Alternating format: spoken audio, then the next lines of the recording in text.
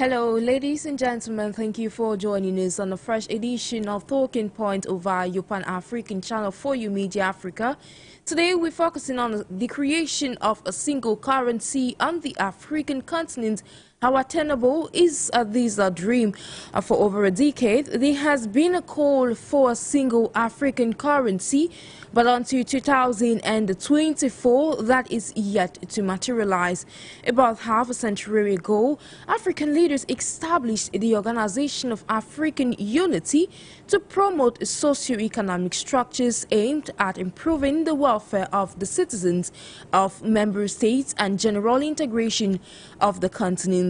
Many institutions were established on this vision, but owing to ideological differences and convoluted financial infrastructures, the goal have yet been able to materialize. However, experts argue that as the world moves towards knowledge-based economic structures and information societies, which comprise networks of individuals, firms, and nations that were linked to electronically and in interdependent global relationships, the power of a single African currency has become very important.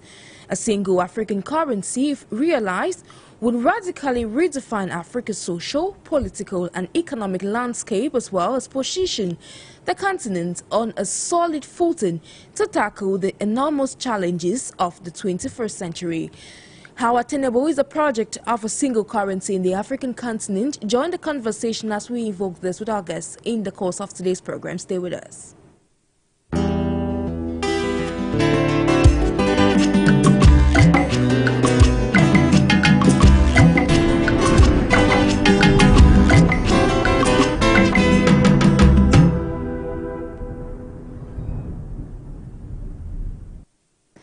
Africa, it's a call for Africa to actually create a unique or say single currency for the development in terms of economics for Africa. Of course, to evoke this topic, like we mentioned in our preamble, for several decades, the African continent, or African leaders, so to say, have been calling for the creation of a single currency. This after the endorsement of the African Continent of Free Trade Agreement. To evoke this afternoon, I'm being joined by Dr. Stanley FONGOD, who is a Pan-Africanist, an economist, and equally the CEO of FINTECH, joining us all the way from the U.S. Greetings to you, sir. You're welcome on board. Thank you so much, Sharon, for having me. I hope we have a fruitful conversation today, and thank our televiewers and those watching our streams online for joining us well. We shall be discussing and the journalists. But before we kickstart today's edition, given we have highlighted that the creation of a single currency is of utmost importance to the economic growth and development of the African continent. In the bid to assess the current situation in which the African continent finds itself, as an economist, how do you assess Africa's current economic situation? I think that we are actually in a very dire situation. The continent is actually not meeting up with our potentials in terms of our productivity. And the reason for that is because huge portions of the continent actually live beyond the poverty line. And not just that, the capital market or the bond market that is supposed to be in sub-Saharan Africa, which is supposed to help young entrepreneurs, small and medium-sized enterprises basically flourish. The complex situation where we are absolutely not meeting up to our potentials, and the only way out of where we are if there will be an influx of capital, into these regions to actually boost up economic growth. And to have sustainable economic growth also means that there must be investors who will be looking at the continent, long term, not on short term basis. And even if you're going to raise capital at the local level, within the local market, we have to absolutely look at that, from a long-term perspective, not just from a short-term perspective. But the reality is that with how this, especially when it comes to our monetary and fiscal policies. Speaking of things being done, I recall some 6 years ago we had the former South African President Thabo Mbeki, while speaking following the signing of the African Continental Free Trade Agreement. He said that given that a lot of economic policies or a lot of economic requirements needed to be taken into consideration, Africa was not ready to actually have a single currency. We're 6 years on, and of course a lot of measures have been taken over time, but yet we're still to get into the implementation of these African Continental Free Trade Agreement. Now, with all the stakes being involved, do you think that the African continent is ready, and what are some of the challenges involved? Look, it's going to be it's a multifactorial thing. It's a buffet of things. You know, it's a cocktail of them. We cannot just. It's easier said than done. The first thing I think that we need to be able to understand is that there have to be some kind of a microeconomic convergence.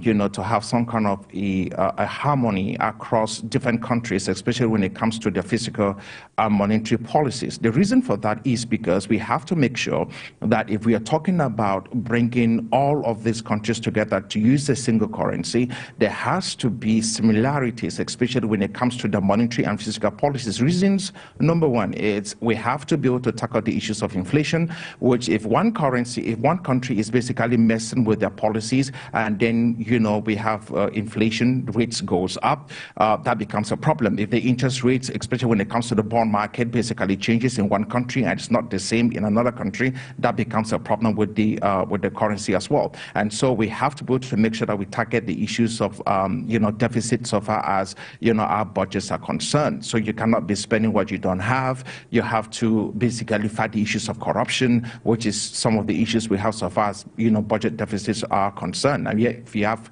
a country like Nigeria where people will steal to the tunes of trillions of, you know, I mean, billions of US dollars, you really can't have anything sustainable, you know, across the region, except we tackle these issues. So I think the issues of convergence alone is going to be extremely very important. And of course, there are so many other issues: monetary policies, integration, you know, both lateral and horizontal, you know, trade integrations. We have there's a lot of things that we need to be able to cover before we even start talking about having a single currency. But I think that is a template for us to look at. We probably might have to look at the EU, and if we understand exactly how the EU is set up, that probably might be a whole lot more easier, you know, while we start, you know, having our ambitions on the African continent for a single currency.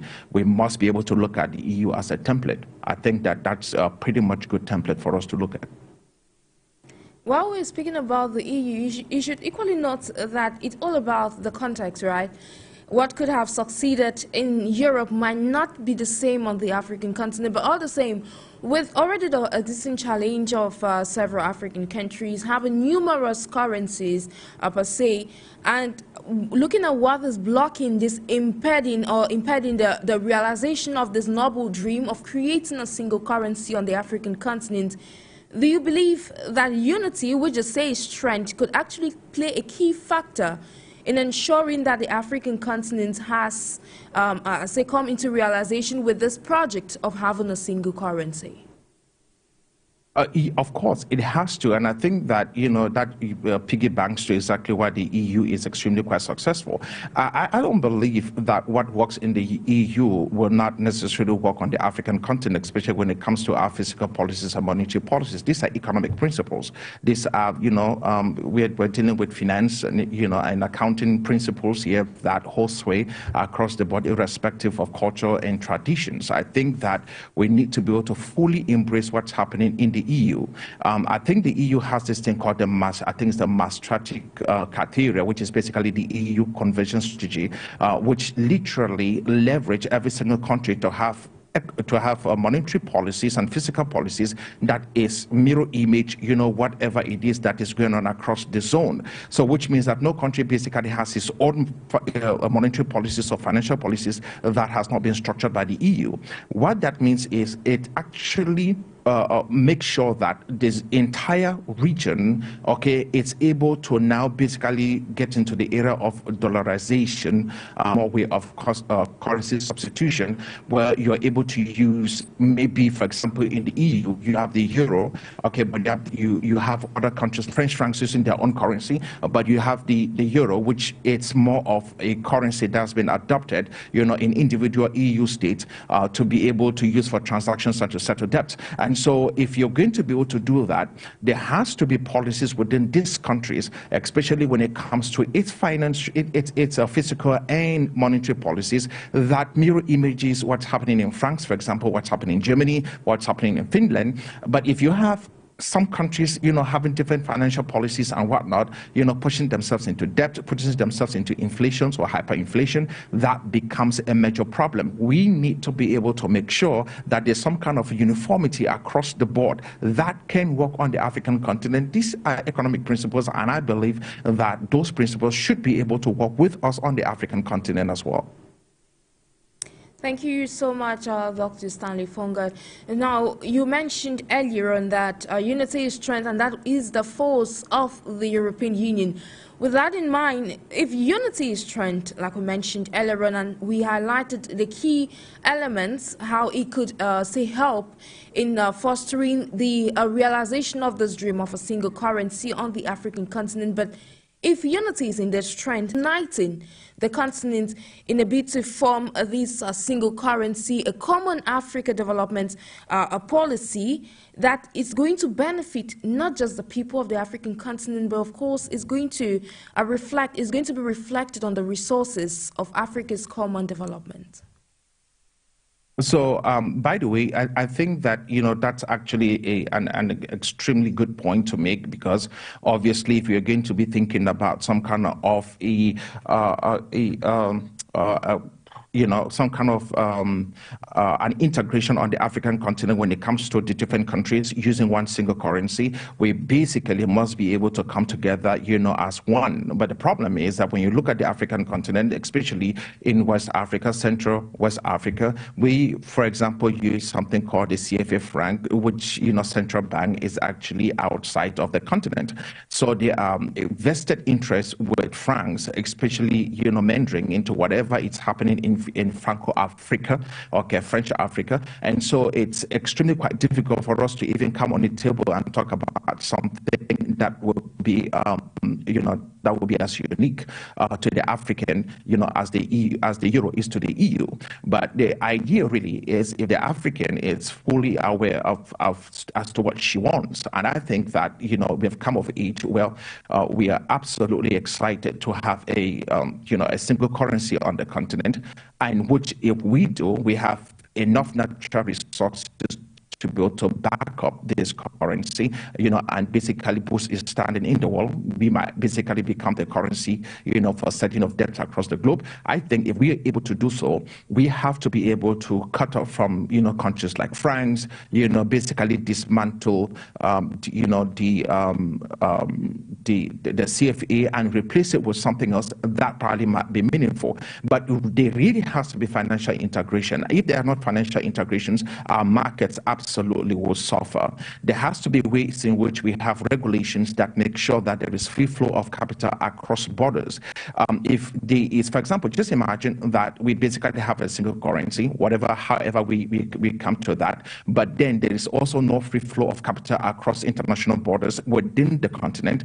That becomes a problem, because then the cost of remittance for those who are trying to be able to invest in different countries will be unanimous. It will be great. So, but for us to be able to fight that, we have to be able to make sure that there are also fiscal policies that integrate the markets and allow for the free flow, of capital across international borders. We have to be able to make sure that we have a banking structure, with a regulatory framework that allows, for different financial institutions on the continent, to basically flourish and allow them to tap into some kind of a central bank, which we have to create if we're going to have a central, currency that these different financial institutions should be able to tap into this central banking structure and then allow for the free flow of capital across the different borders that we have. If they are non-great, if these countries become states, then that would be good. But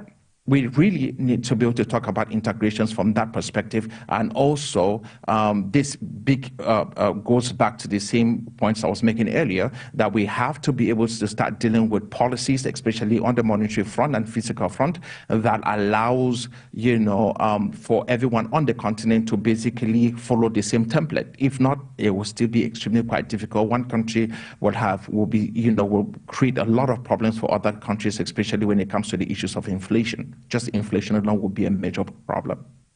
Speaking of the creation of a single currency, indeed, in a bid to curb these economic problems like inflation, which started, we witnessed the announcement of the West African ECO in 2020, one that was advocated by almost all presidents in the West African sub-region. Now, it is yet to be a reality. Now, in your bid as an expert or an economist, since it's yet to be a reality, what difference would a single currency make on the African continent?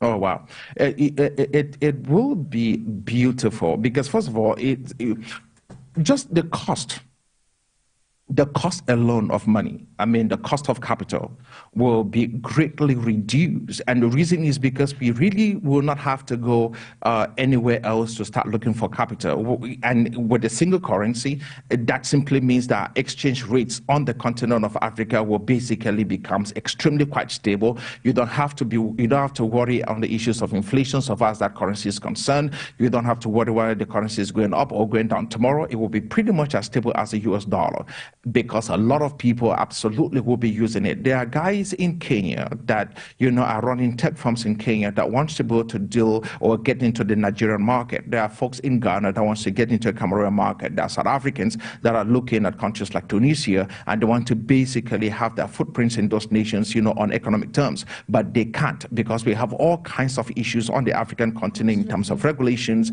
Our regulatory framework does not actually favor the African. So once we basically have a currency, that simply means that these issues of regulations, regulatory framework has already been addressed, because there's no way we can have that currency without addressing these issues. These are the foundations, these are the basis for us to be able to move into a single currency. Once we have done that, once that whole entire framework has already been established, then it will now be easy for us to have a single currency, thereby allowing Africans from all over the continent to be able to enjoy this free market that has just been opened up to them, which is why we have to basically convert the whole entire continent into a free trade area. I don't think that is anything that's left for us to do but to do that, allowing young Africans, young entrepreneurs to be able to, take their goods and services to the marketplace and let the market decide if they want that or if they want their services or not.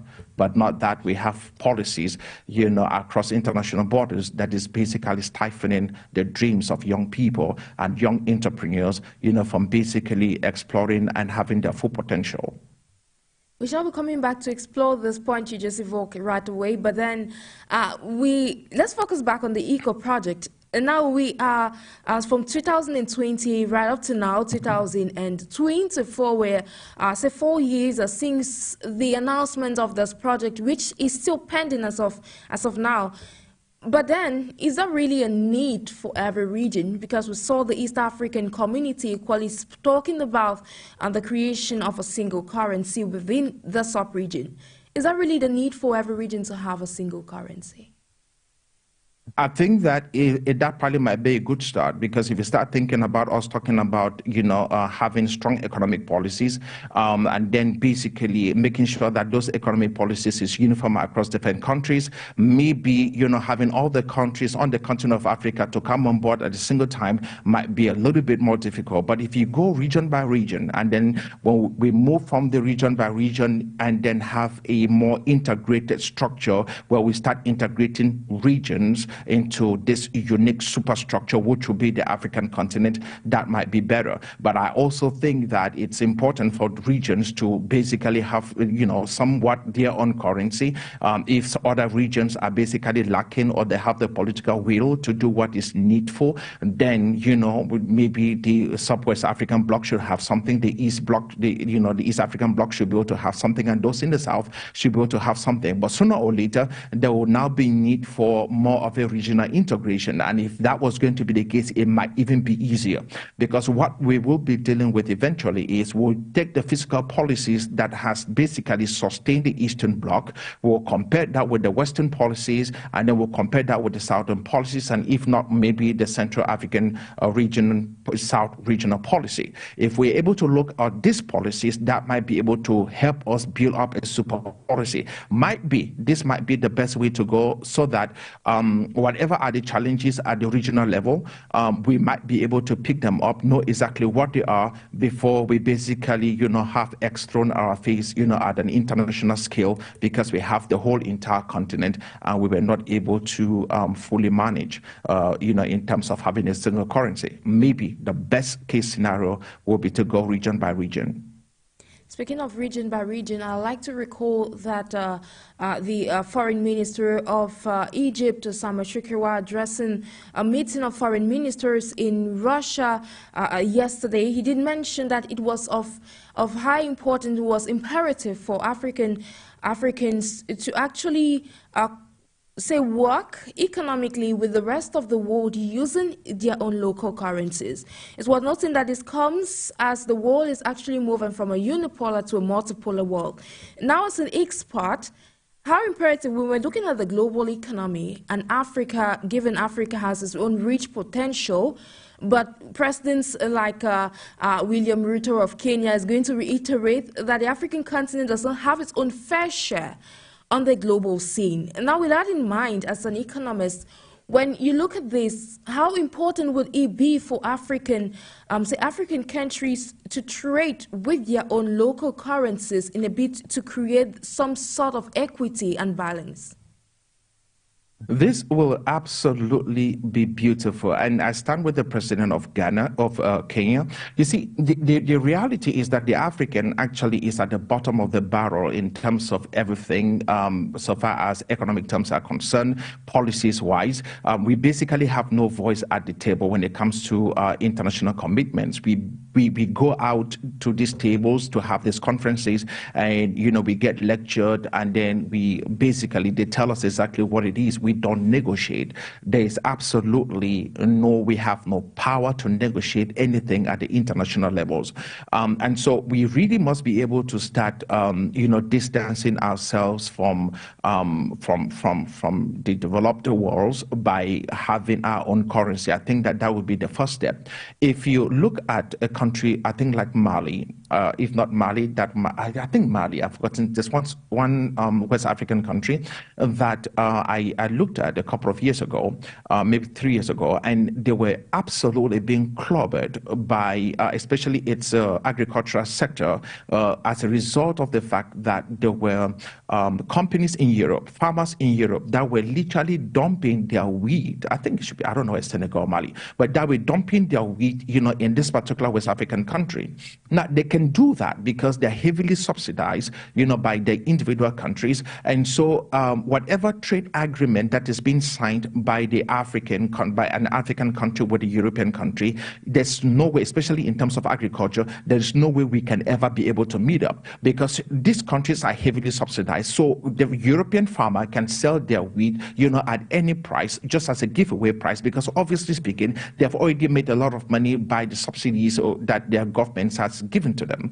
And why the African farmer cannot just compete. The local small African farmer literally can't even sell their own goods in their own local market. So that becomes a problem. No one is growing. We just become a consumer market, and we are producing nothing, even at an agricultural level. We have to be able to find ways where we use our own currency. If we were able to use our own currency, then we have the capacity and the power to be able to levy as much, import duties, especially when it comes to food items, so that we can promote the local market. That is absolutely necessary. The reason why the local market is not developing is because we have all the things coming in from the outside, and the prices of those goods are pretty much very cheap, and yet what they're selling to us is junk. I mean, certified junk, grade A junk, and that's what we are actually eating, on the African continent, and basically thinking that we are, being Europeanized or Westernized,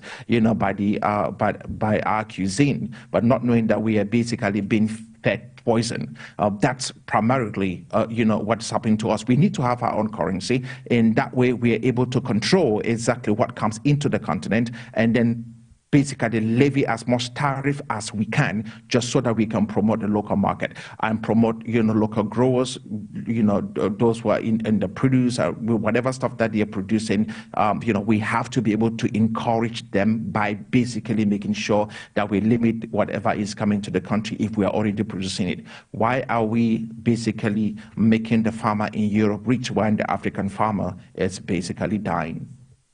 Absolutely. Speaking of promoting the local market, now we have you as a CEO of Christian FinTech, you have on several occasions advocated for a currency on the African continent that is backed by gold. Now, and that is in sync with a Christian. Now, how important would it be for the African continent that is so much endowed with a lot of natural resources to have a currency that is backed by its own natural resources, or say gold, for instance? So, two things. Number one, we have, and there's a way we can go about this. And first of all, on the African continent, whatever mining we are doing on the African continent have absolutely zero regulations. What that means is that the environment is sovereign.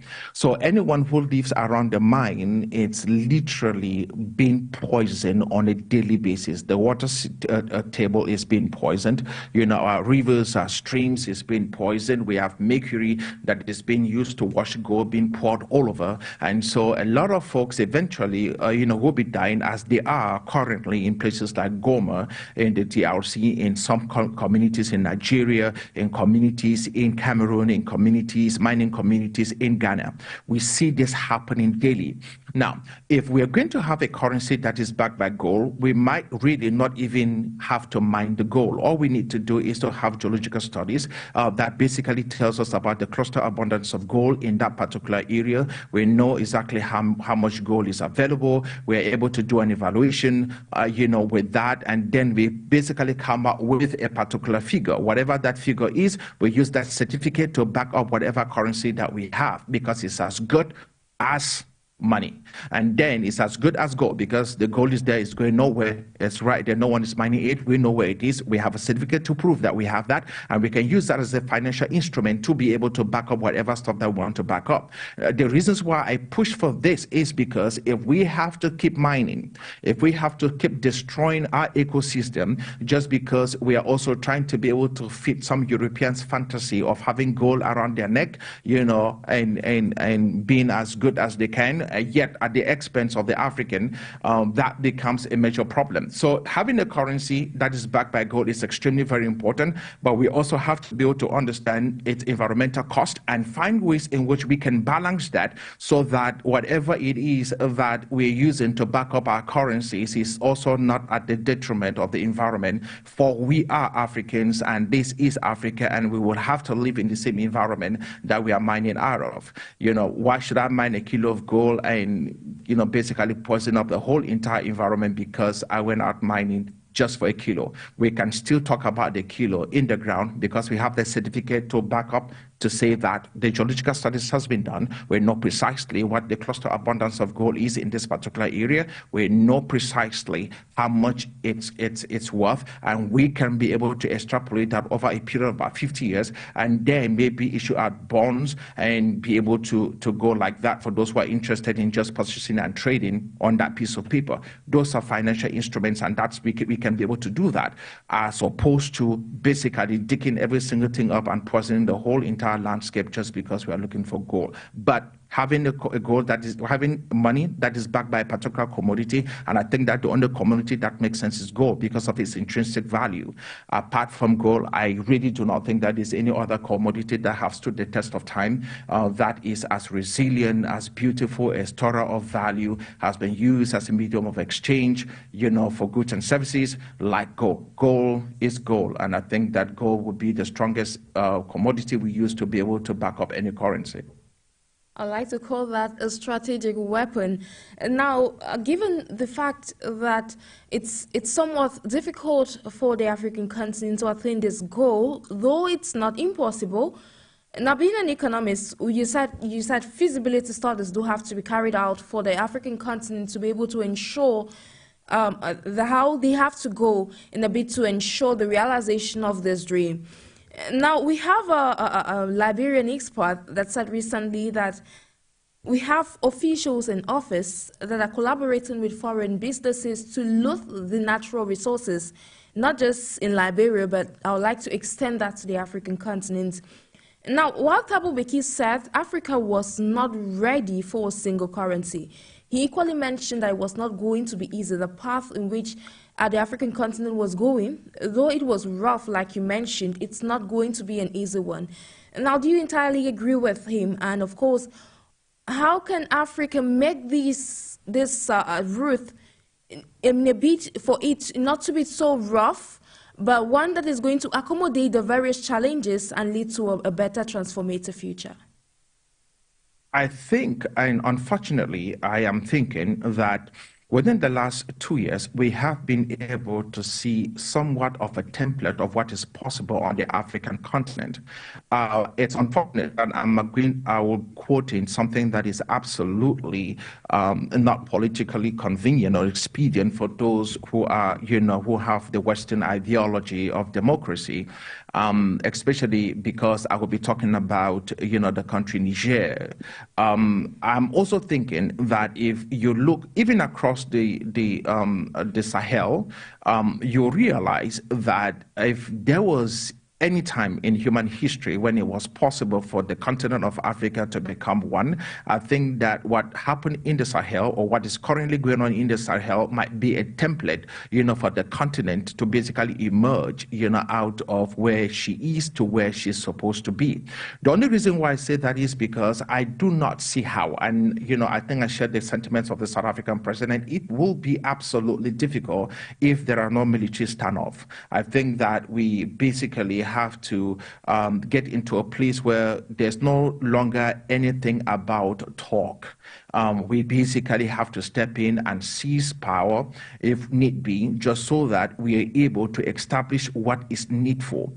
The ideas about democracy is great. I think that, the freedom for expression, where people are allowed to be able to share their opinions and ideas, so that the most dominant idea becomes the idea of the day, so that everyone can be heard.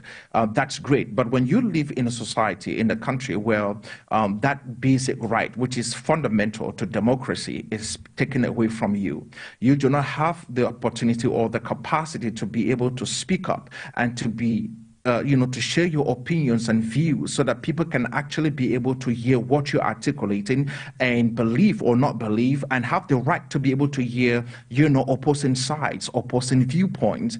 There's this whole entire stuff about the university. Okay, the university is a place where you have unity in diversity. Okay, where you have opposing views, where we are able to convert these opposing views into a super view, because we are able to sit down and rigorously go into this thinking process where we try to figure out what works and what will not work. That's how countries need to operate. But once that tenet of democracy has literally been stifled away from us, then the only thing that is left might be the barrel of a gun. Unfortunately so. I'm not pushing for that. I don't think that, wars have solved any problem. But what I'm saying is that if there'll be a way in which we can do what those boys in Sahel did, to African presidents who absolutely will not want for the betterment of the continent and for the betterment of Africa moving forward into the 21st century, so that the continent does not become a dumping ground for, Western ideas and Western philosophical thoughts that is divergent to the culture of the African, then we need to be able to do something. And I don't know exactly how long we have to sit on the sideline of history, and keep commenting and talking about how wrong things are happening on the African continent and pointing figures to, those in Europe when we absolutely are doing nothing about it. So maybe, desperate times calls for desperate measures, and sometimes those desperate measures are absolutely unethical in more ways, but who defines ethics? Who would define our morality? If we absolutely on the continent, have our own cultures totally disrespected because of somebody's political and ideological views, from the West, then, the issues of ethics and morality basically is also tossed up. So, I think we define, we define whatever we want to define and follow whatever we want to follow. If the only time we get to be heard is when, the European or the American or the Westerner is speaking to us. Even at that, our voices are absolutely not heard. So something must happen on the African continent. I don't know how, but, we have to do something. Absolutely. Absolutely, action needs to be taken for the African continent to get to where it wishes to be.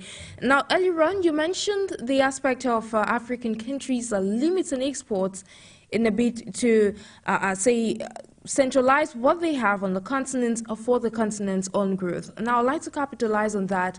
Being an expert and, of course, with what's happening in Africa at the moment, you mentioned yourself, we've seen some military coups and we've seen coups in different countries across the African continent, but then that's not a topic of discussion. When we're looking at limiting or limitation of exports across Africa, we've seen countries it's at some point like Liberia, we saw Mali, and a host of others that were trying to push forward with these action.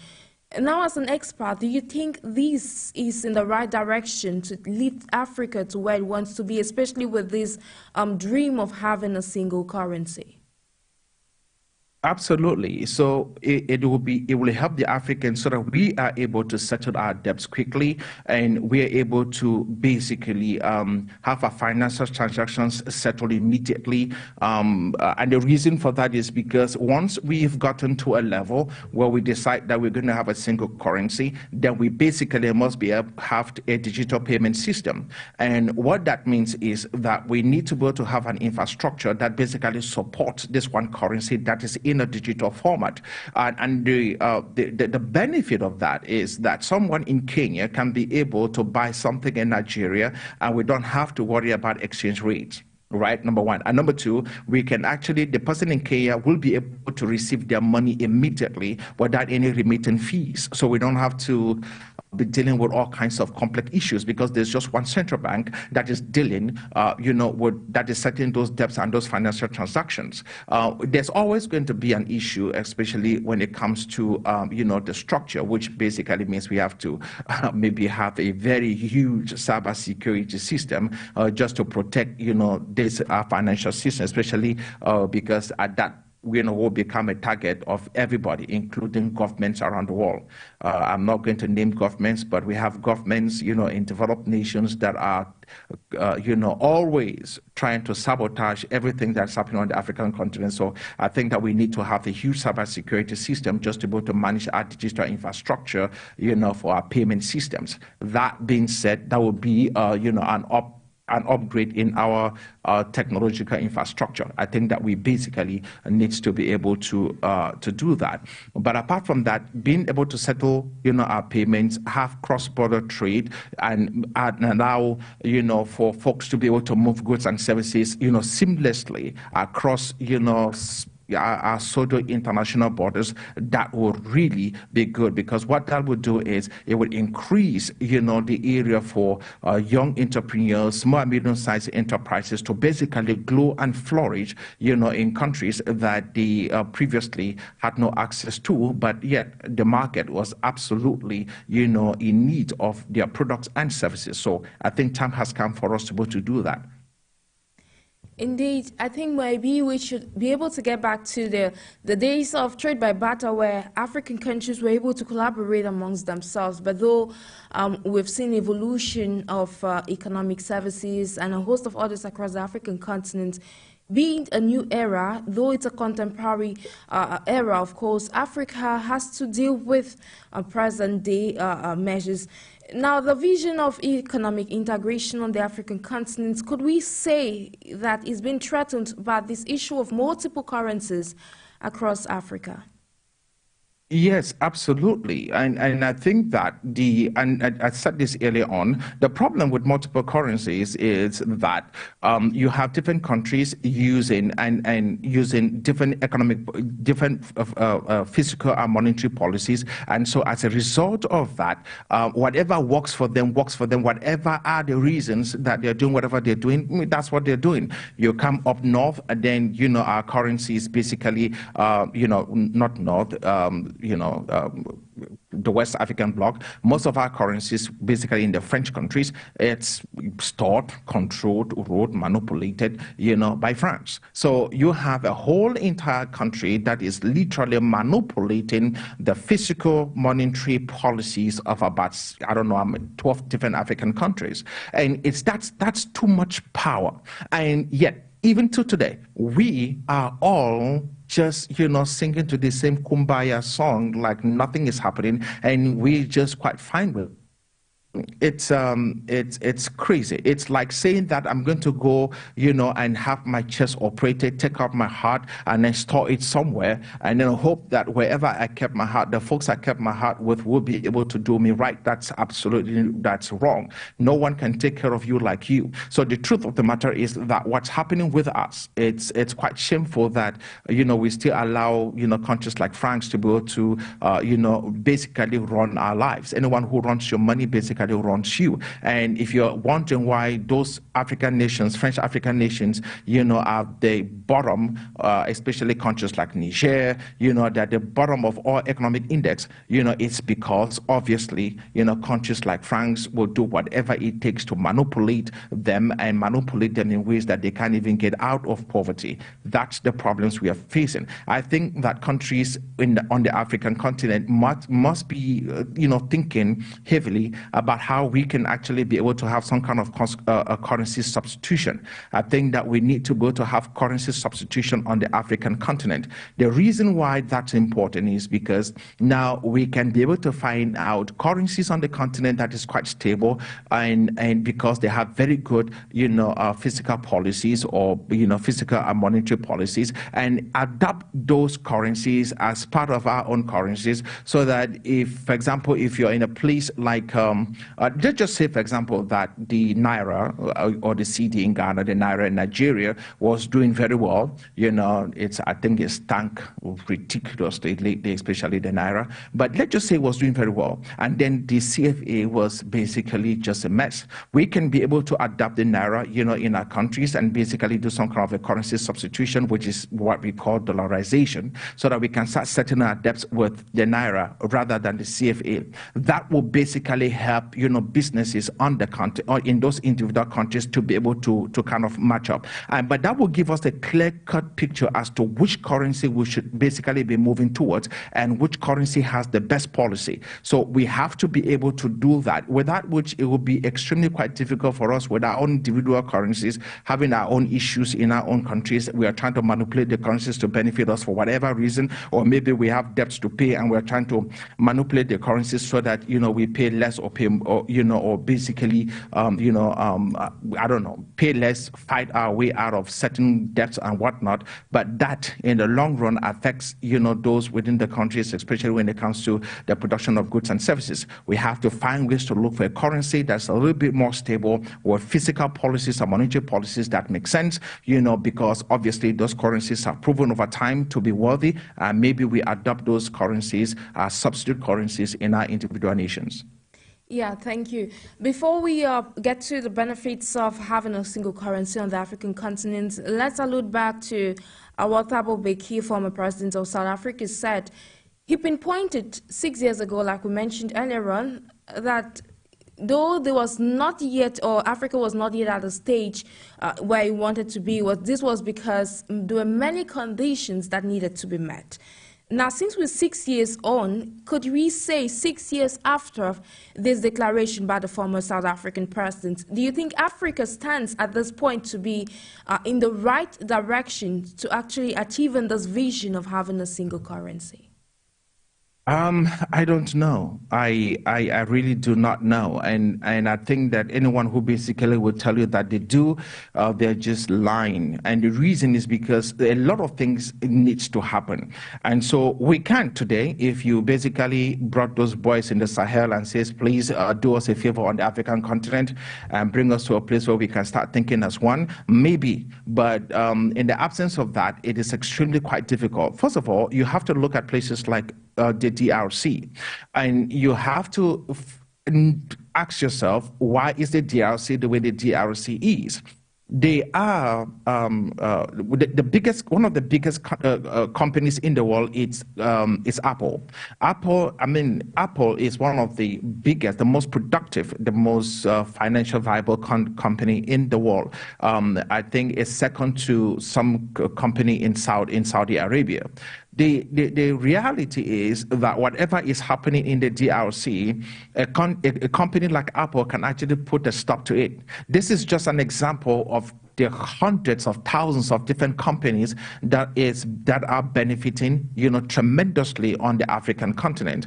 And the truth is that these companies are not on the African continent, without help from the upper ups. There are people in government, that are colluding with these companies, just like you said earlier on, to be able to loot the continent. And that's the reality. That's where we are today. And so if you have a company like Apple, that is basically, looting Africa, because that's exactly what Apple is doing. Apple is looting Africa.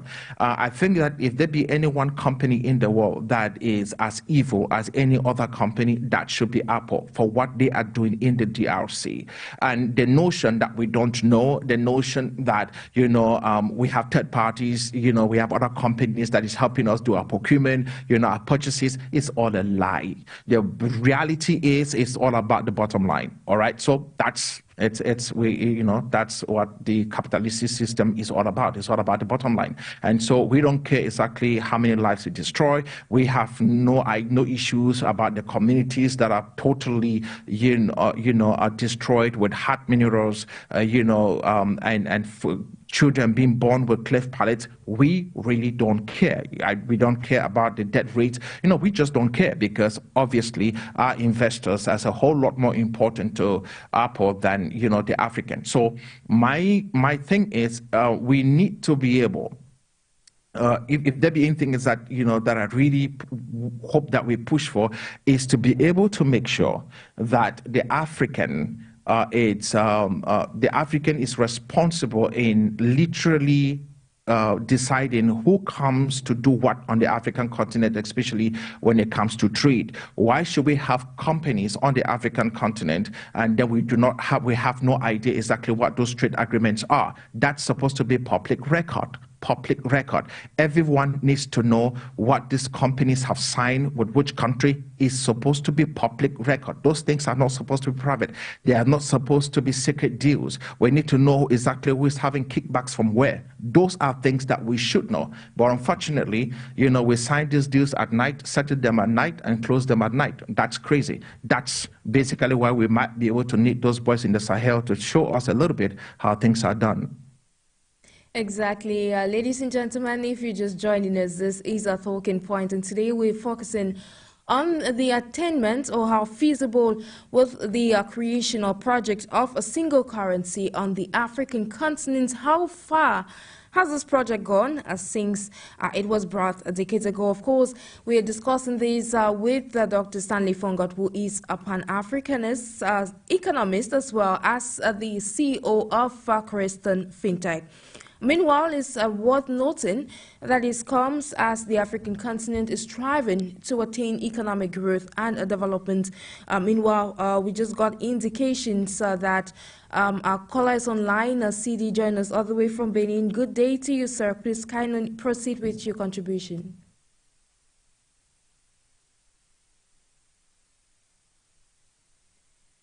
Hello, Sidi. We're hoping on that caller to get back to us. Meanwhile, as we mentioned, we're talking about the realization of a single currency on the African continent. And now, back to you, Dr. Stanley of FONGOD. Now, earlier on, you mentioned that you might not be able to ascertain if the African continent is in the right direction, but you cited key factors Africa would need to take into consideration to make this dream materialize. Now, in your opinion, as an economist and an expert, what are some of the benefits that the African continent would enjoy with the implementation of a single currency in terms of trade, economic growth, and integration? Good afternoon. Reality. Madam. Oh, of course, we just got back the caller online. I'm so sorry, Dr. Stanley. Yeah, Silly, good afternoon. Thank you for joining us.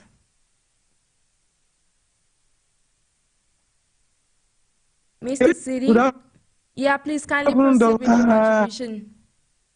I feel to be with this doctor again, once again, because he has good ideas to develop our continent, our countries, and may God bless you and help you to develop more your knowledge. Okay. After it, when we talk about currency, we have some steps, and we have to know where we are going, because Africa, we came so far, and we have seen so much to know where we are going, and so much to know what we can do, where we can do to develop ourselves. The currency serves as a means of exchanging commodities and services. Money is a form of paper or coins that we use to develop some sectors, many sectors, in bartering, goods and services, exchanging directly, and many other things. To summarize, money has taken many forms through the ages, but money constantly has three functions, such as store of value, unit of account, and medium of exchange. So here in Africa, when we talk about money, our currency, the main problem that we have in Africa is a problem of currency. Even terrorists, when we talk about these terrorists who are killing many people in Africa, is because of the currency. They are paid by those who have appointed them or who are choosing them to do the job. They have been paid in our currency that we don't know how they are managing our money. So the role of the money is to ensure your freedom and autonomy. Banknotes and coins are the only ways of independence. If we don't have a currency, it means that in this 21st century, you are not alive. You are just existing, but not alive. And when we turn it out challenges, you cannot challenge. If you need a good military or a diplomacy or anything else to develop yourself, you need money.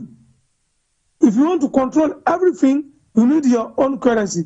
If you don't control your currency, it means that you are not independent and you are not even alive here in Africa. So if you see, friends, people, they are jeopardizing us by this currency. Today, in Africa land, see our CFA money, this colonial money.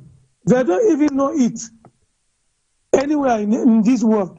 The money does not exist. It just exists in African countries. And between African countries, the money is different from one country to another one again. So it means that we are just there working for Europeans and they are earning our sufferance.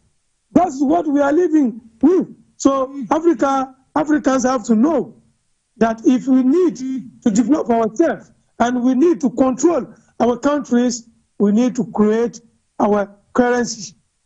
And this is an obligation necessary. That is why I'm calling our new independence countries such as Mali, Burkina Faso, Niger, and South Central Africa to see how to govern and find out solutions to create our own currency so that the other countries in Africa join them and we have our labor and everything with us. If not, we can do anything, any fight that we want, we will be under, every day under the other country because we don't control the main things of independence, which is currency. So I'm very busy. It's just to accompany you and show you that I'm every time there for you as in any time for you television and overview of the world. God bless. Thank you so much, Mr. Sedi, who called us all the way from Benin. Back to you, Dr. Stanley FONGOD. You listened to your caller, of course. Now, could you quickly comment on his point of view before we proceed with some of the benefits that Africa might enjoy with the implementation of a single currency? Yep, I think that the first thing that the Africa should have had, at independence, was for us to basically have our own independent financial systems. Unfortunately, that was not the case, and so I think what we are facing today is as a result of what happened, right? By the time we had the so-called independence that was handed over to the African. I think it's important for us to understand that we fought for independence, but we were given independence, and the problem with that is this: that your freedom should never be given to you. Your freedom is what you take, because whatever anybody gives to you, they give to you based upon certain parameters. So there's a boundary, there's a yardstick that is being used to be able to measure your freedom. But if you have to take your freedom, then you take your freedom whole. You don't leave anything else on the table, and I think that that is where we are today. So I share the same sentiment. I think that we need to have basically, had our own financial systems from day one, of our own independence from the Eurocentric, philosophical thoughts and oppression, that was levied on us on the African continent. But that being said, I think we can now be able to look forward and find ways in which we can emancipate ourselves freely, totally and finally, from those oppressive systems that has kept us in chains, and basically come out with our own currency. Then I feel whether the natural resources that we have on the continent will be able to help us, back that currency, whether it be have a currency, whether it be in a paper form or it be in a crypto form, no matter what it is, but let it be backed by something so that we can actually its value and then make it to become a store of value in itself, and also use it for transactional purposes and for remittance, across international borders. Thank you so much. Now, we have had sometimes that cross-border trade could be linked with the creation of a single currency on the African continent. But through the creation of this single currency that we have highlighted in the course of this program, that's going to integrate or is going to boost trade, economic growth and integration, could this creation of a single currency enhance cross-border trade and Africa's regional communities to be more enhanced in such a way that's going to boost development across the African continent? Yes, and on two fronts. Number one, which would be the capital, the capital of the bond market. So if you're going to be borrowing money and you have to borrow money in the currency that you have to settle that particular, borrowing with or the debt with, then that really will be good, because then the cost of your debt will really be low. So I think that it will basically enhance the bond market. And I also think that if you look across sub-Saharan Africa, if we're ever going to talk about some kind of a sustainable economic growth, we must be able to talk about, infusing the market, it be by remittance, or even the local population basically participating, in the capital market. That will have to be as a result of us having a single currency where they are absolutely no fees for remittance. That being said, that also means that those different countries can be able to participate, in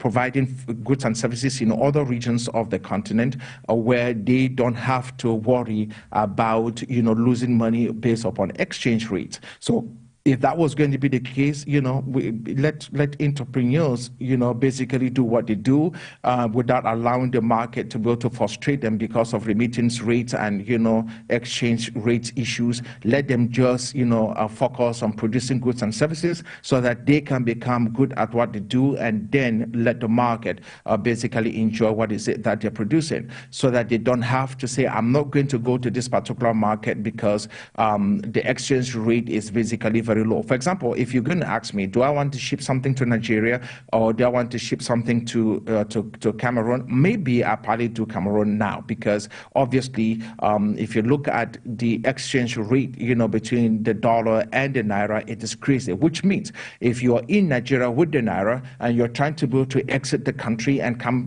go out to the west, and you have to buy the dollar with the naira, it's ridiculous. You're losing so much money. So if you're a company, obviously, you basically tell the folks on the ground, look, if you're going to settle your debts with me, you have to do so with the dollar. I don't want to cut your currency at all. And that becomes a problem, because that would inhibit, the flow of goods and services. But if you have a single currency where we don't have to bother ourselves about exchange rates, then everybody's fine. And in that case, the local market basically flourishes, individual countries on the continent of Africa.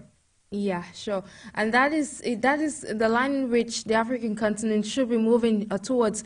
Now, we've been talking about the implementation of the African continental trade agreements, and it's true that within time, it is yet to actually fully be implemented on the African continent, but of which added value would this be with the implementation, or say the creation of a single currency to Africa? Can you repeat that again? I missed out on the last. Okay. Thing you said. Okay, so I was saying that though we're advocating for the creation of a single currency, over time we have equally spoken about the implementation of the African continental free trade area.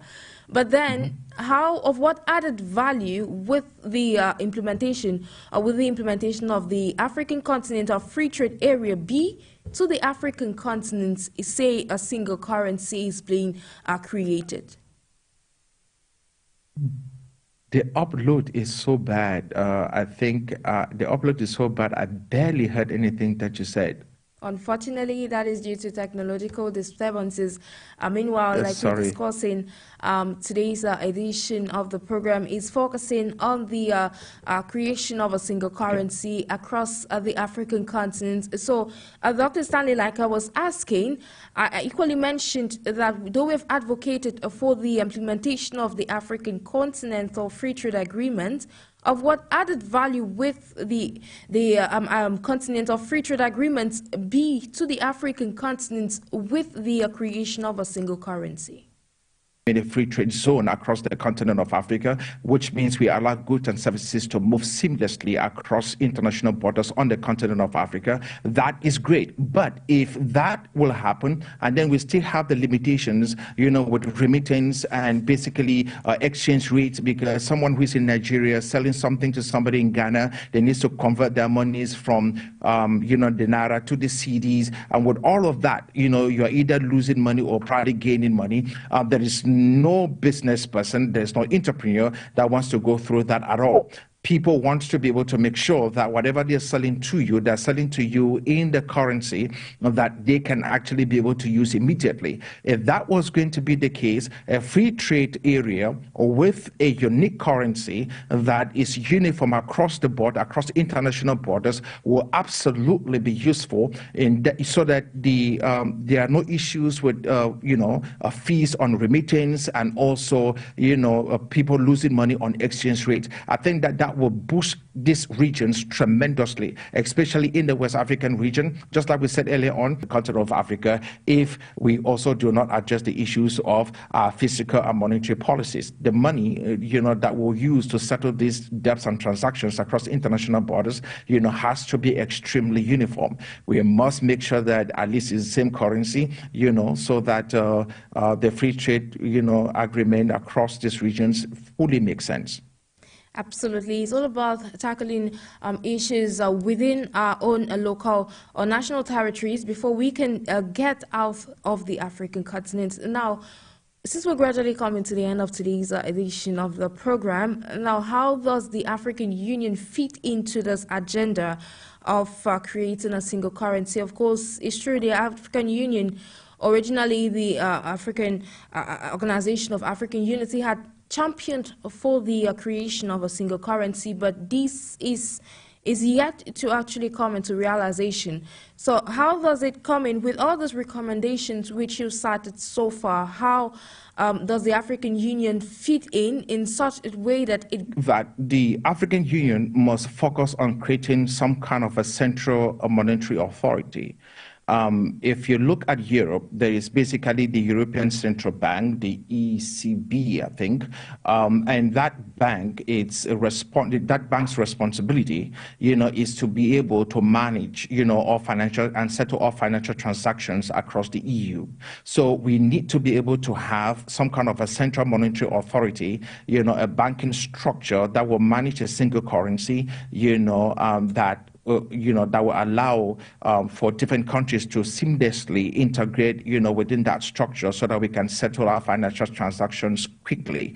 I think that is extremely very important, for businesses. That being said, I think that, the African structure, the African unity must be responsible, in helping us put up a framework that will regulate the issues of exchange rate. I think that if the exchange rate is not regulated, that might be a way in which we start off by trying to have a single currency, is even trying to just be able to regulate the exchange rate across different currencies on the continent. For example, if the exchange rate between the Naira and the CD, was on a ratio that is maybe, let's say, 1-to-1, that basically would mean that we are now operating on the same, currency. But entry and physical policies in these individual countries must also match. If not, once we have the issues of inflation in one country and then, not happening in another country, what would happen eventually is that we'll start having, a disparity in terms of the exchange rate. So one currency will be higher than the other currency, then we comes back to where we are right now. But if we're going to start thinking about moving forward, we can start with simple steps, baby steps, set up a central authority, central bank, on the continent, and then make sure that you also help individual nations to be able to develop some kind of a mechanism that stabilize, their exchange rates. If that was going to be the case, I think we'll basically have some kind of uniformity across the board that will basically help us, for a full-fledged integration into some kind of a unified currency, in the future. Exactly. We're looking at a unified currency for the African continent. Meanwhile, before we close up today's edition, just a few words or recommendations before we can draw down the curtains of today's edition of Talking Point. I think Africa is ripe, in terms of the technological advancement that we have in the 21st century. We are at a unique opportunity now, which means that we have in the tech arena, in the tech space, we have what it takes to be able to leap forward. That being said, I'm also weary about the issues of these colonial era structures that has kept us chokehold for so many years. I think that if we're going to do something that is meaningful, that's boastful, we must come onto the African continent with a hybrid system. We must be able to have a digital system, a digital currency, a crypto, something in that framework, and then we must also be able to deal with some kind of a fiat that is 100% backed by some commodity. And the commodity I'm suggesting, I'm pushing for, should be gold, because we know the cluster abundance of gold. We know that there's no alchemy in being able to produce more gold from nothing, or that we can do so with diamond. We have mesonite, that would test for diamond, but they're all grown in the lab-grown diamonds. But you cannot do that with gold. So gold is gold. There's nothing you can do with gold. It remains gold. That being said, it's a good, backer for any, currency that we might have. I'm hopeful. I'm quite optimistic